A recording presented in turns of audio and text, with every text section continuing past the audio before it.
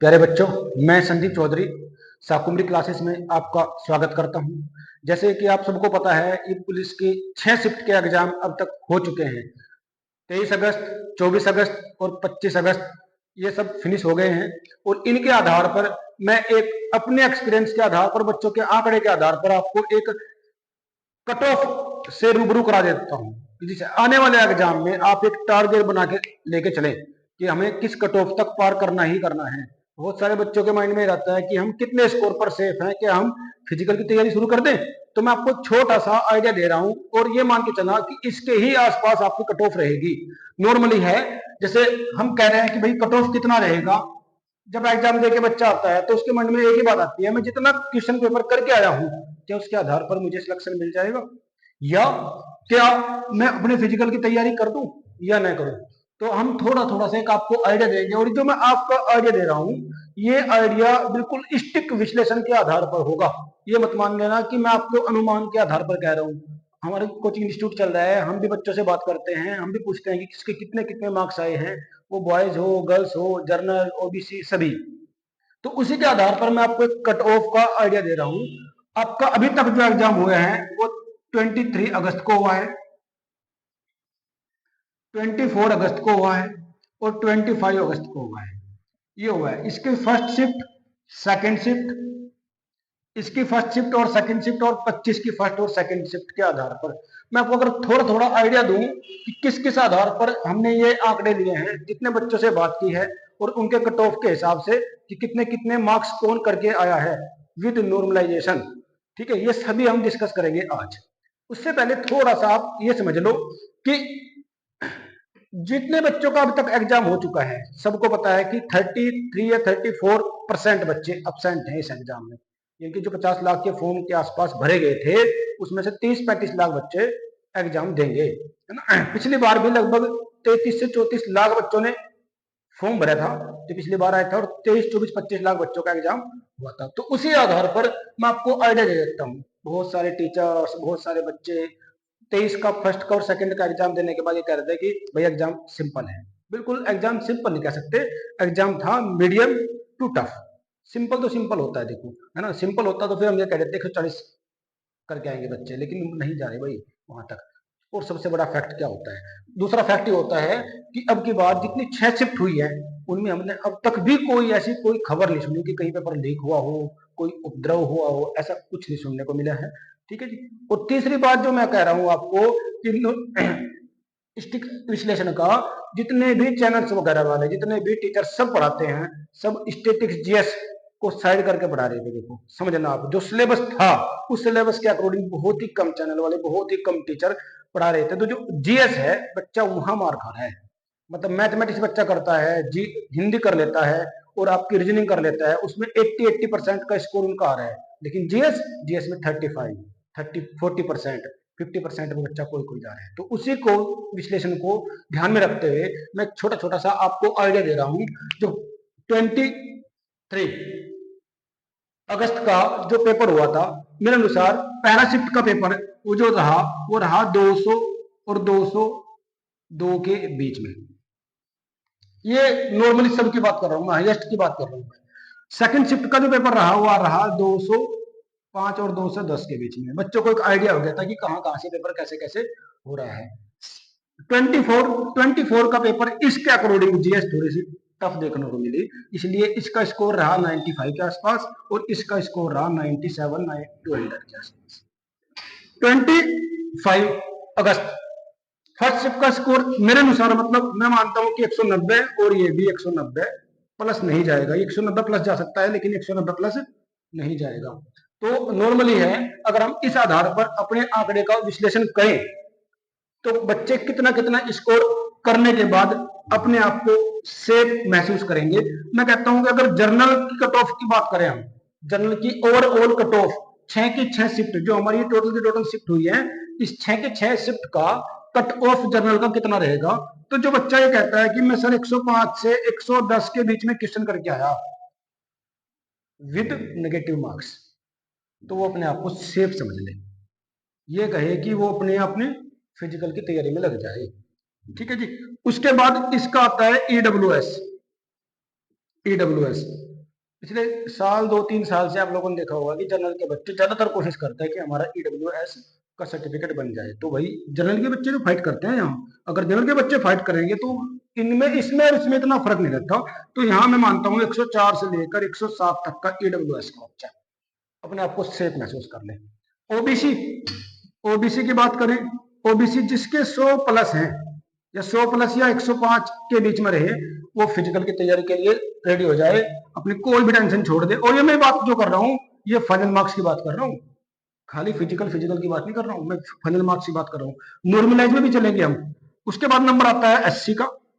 SC के बच्चे जो है 80 और 85 के बीच में जिसके मार्क्स हैं अपना तैयार हो जाए फिजिकल के लिए। और एससी की बात करें अगर, तो एससी का बच्चा जो है वो रहेगा 55 और 60 के बीच में।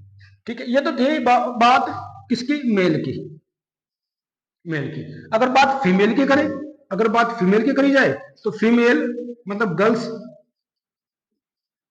गर्ल्स की जाए तो देखिए गर्ल्स की जो जनरल की कट ऑफ होगी मेरे अनुसार वो 90 प्लस नहीं जाएगी।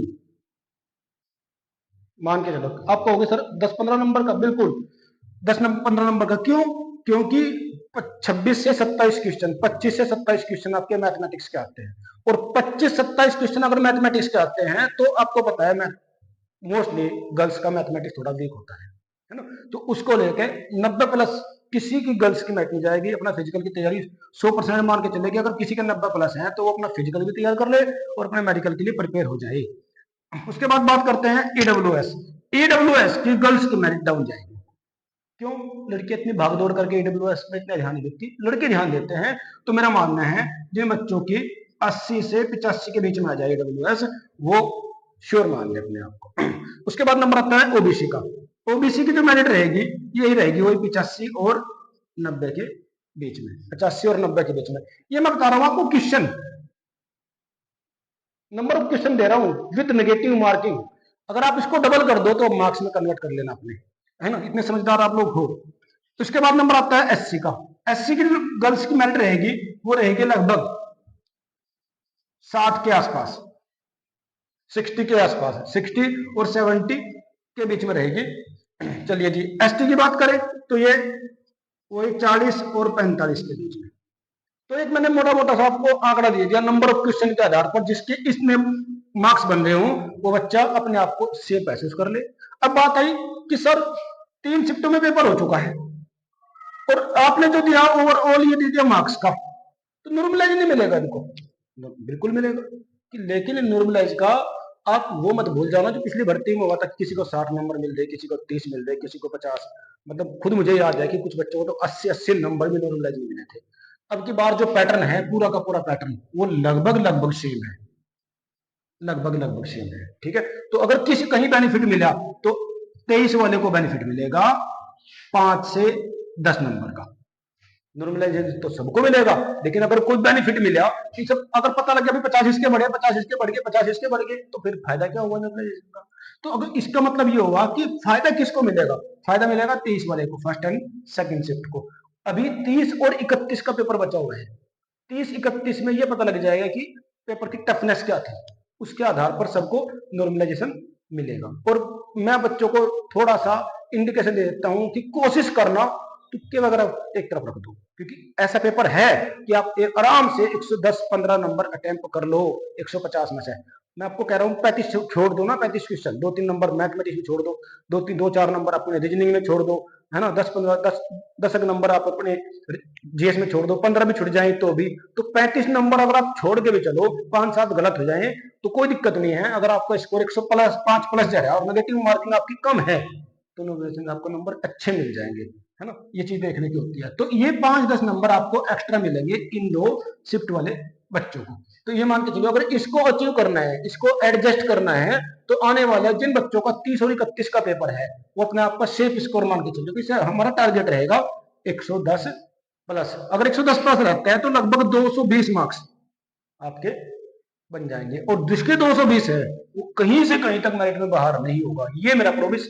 बाद में वीडियो उठा के देख लेना आप लोग। अच्छा, कट ऑफ कम होने का कारण क्या है उसके ऊपर थोड़ा सा डिस्कस कर लेते हैं। कट ऑफ कम क्यों जाएगी? इससे पहले पुलिस की भर्ती हुई थी, एसएससी जीडी वगैरह, और आपका एसआई की भर्ती हुई थी। एसआई का तो आपको पता ही है कितना बुरा हाल था, है ना, कितनी मतलब धांधली कितनी जबरदस्त तरीके से हुई थी, तो भी उसकी मेरिट कितनी हाई गई थी। तो मेरिट हाई जाने के कारण दो तीन बनते हैं। पहला कारण बनता है मेरिट हाई जाने का, अगर पेपर में कहीं धांधली हो जाए, पेपर लीक हो जाए। दूसरा कारण यह बनता है कि पेपर बहुत ही ज्यादा इजी आ जाए। तो इस तरह मेरिट हाई जाने के कारण होते हैं। तीसरा कारण क्या है मेरिट हाई न जाने का? सबसे बड़ा कारण, जो आपका फरवरी में एग्जाम हुआ था, उस फरवरी में एग्जाम में 10 से 15 क्वेश्चन आपके मानसिक अभिरुचि के थे। तो हर टीचर ने उसको टारगेट करके मानसिक अभिरुचि के ऊपर लंबे लंबे लेक्चर दे दिए, और अब की बार नंबर कितने आ रहे हैं उसके? 10 से 10 से घट के कितने? 2 या 3, है ना, 2 या 3। तो बच्चे ये सोच रहे थे कि मानसिक अभिरुचि के 15-15 नंबर के क्वेश्चन आएंगे, तो सारे फोकस छोड़कर सारा मानसिक अभिरुचि पे आ गया। और अब की बार टोटल टिक-टॉक उन्होंने पेपर लिया है सिलेबस के अकॉर्डिंग। मैं फिर भी आने वाले बच्चों, 30 और 31 के बच्चे हैं जो भी तैयारी में लग रहे हैं, उनके पास 4 दिन है। तो 4 दिन अगर आपको जीएस का स्कोर उठा के देखना है, तो स्टैटिक जीएस पढ़ो, केवल स्टैटिक जीएस। कौन कौन सी भारत के आसपास की सारी राजधानियां, जो देश है उनकी राजधानी पढ़ लो, उनकी मुद्राएं वगैरह पढ़ लो, है ना जी। और आपके जो बोलते हैं आविष्कार, कौन कौन से आविष्कार हुए, 1-2 पेज में आपको आविष्कार सारे खत्म हो जाएंगे, आविष्कार पढ़ लो। साहित्य में कौन से पुरस्कार मिले हैं, तो ये पढ़ लो। तो आपको 5-6 नंबर अगर आपने अचीव कर लिए इन 4-5 दिन में, बहुत बड़ी बात होती है। ठीक है जी। ये लंबी लंबी मैराथन जो क्लास लेते हैं, इनसे पेट छुड़ाओ अपना, वहां से नंबर मिलेगा 1, और आपने अगर 2-4 पेज पढ़ लिए, ठीक है, और वहां से नंबर मिल गया आपको 2-3, तो मार्क्स वहां से बढ़ेंगे आपके। ठीक है, भ्रमित मत हो। तो अब इस स्कोर को देख के अपनी तैयारी में लग जाओ। जिन बच्चों की इनसे कम मार्क्स हैं, इनसे कम मार्क्स हैं, जो 70, 75, 80 के बीच में है, वो भी अपनी तैयारी में लग जाओ। आगे आगे आपका पेपर आने वाला है आरपीएफ का, आरपीएफ और एसएससी जीडी के आगे फॉर्म, ठीक है, उनको डाल देना। ठीक है, 45,000 के आसपास वैकेंसी है। मन छोटा करने की कोई जरूरत नहीं है। मैंने सुना था कि एक बच्चे ने सुसाइड भी कर लिया है। देखो, थोड़ा सा सुन लो मेरी बात आप। जॉब केवल जीवन जीने का एक जरिया है, केवल जीवन जीने का जरिया है, जीवन नहीं है। पुलिस में भर्ती नहीं होने के तो लाइफ खत्म नहीं होगी। पुलिस से बड़ी बड़ी भी वैकेंसी है। जो लोग एसआई में, आईएएस में, यूपीएससी में क्वालिफाई नहीं होते, वो भी जीवन निर्वाह करते हैं। जिंदा रहोगे तो बहुत कुछ कर जाओगे, अगर जिंदा नहीं हो तो आप देश के लिए तो केवल एक जनसंख्या है कि एक लड़के ने सुसाइड कर लिया, लेकिन आप अपनी फैमिली के लिए दुनिया हो पूरी। तो इसलिए इस तरह का जो डिसीजन लेते हो आप लोग, थोड़ा सा दिल बड़ा करो। ठीक है, जॉब से पैसा मिलता है इसलिए जीवन निर्वाह हो, पैसा आप किसी और फील्ड में भी कमा लोगे। ठीक है, अगर आप सल्यूट करने वालों के लिए इतना सीरियस हो तो उस भर्ती की तैयारी कर लो जो सल्यूट लेते हैं। इसलिए मैं आप लोगों से कहता हूं कि इस तरह का डिसीजन मत लीजिए। जो भी किसी के मन में अगर कोई भी इस तरह का छोटे भाव आते हैं, तो अपनी फैमिली के बारे में पहले सोच लेना कि उसके बाद उनके ऊपर क्या बीतेगा। ये चीज आपका नंबर नहीं आया 2 दिन, 4 दिन, 6 दिन में सब एडजस्ट हो जाएगी, लेकिन अगर आपने ऐसा कोई कदम उठा लिया तो सोचिए आपको जीवन भर आपको माफ नहीं कर पाएंगे। तो इसी के साथ जो हमारे चैनल है शाकुंभरी क्लासेस के नाम से, मैंने देखा है कि बहुत सारे बच्चे देखते हैं लेकिन उसको सब्सक्राइब नहीं करते। भाई, तुम्हारे सब्सक्राइब करने से तुम्हारे कोई पैसा नहीं जाएगा, लेकिन हमें थोड़ा सा मोटिवेट मिल जाएगा कि हम बच्चे सपोर्ट करते हैं। तो मैं आप लोगों से रिक्वेस्ट करता हूँ कि चैनल को सब्सक्राइब कर लीजिएगा, व्यूज दीजिएगा और लाइक दीजिएगा, और हो सके हमारे लिए कोई सजेशन हो तो कमेंट्स भी दीजिएगा, चाहे नेगेटिव हो चाहे पॉजिटिव हो। ठीक है, जय हिंद।